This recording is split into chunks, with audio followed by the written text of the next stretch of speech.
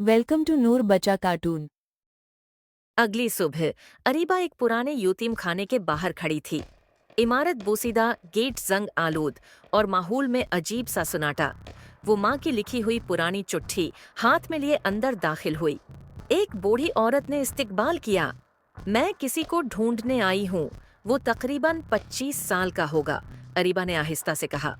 बूढ़ी औरत ने गौर से देखा। नाम यहाँ ज्यादा अहम नहीं होते, लेकिन हमारे पास पुराने रिकॉर्ड्स मौजूद हैं। एक गर्द आलूद कमरे में अरीबा ने फाइलें पलटनी शुरू की।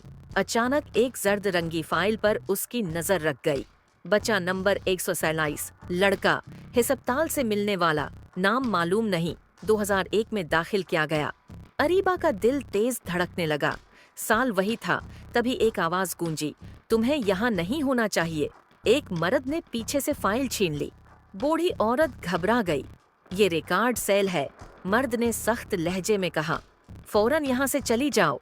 अरीबा यतीम खाने की सीढ़ियों पर बैठ गई, दिल टूटा हुआ। लेकिन माँ की वही आवाज जहन में गूंजी, शायद तुम उसे ढूंढ सको।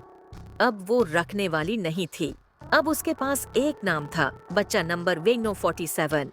रिकॉर्ड्स क्यों छिपाए जा रहे हैं? और बच्चा नंबर 147 आखिर है कौन?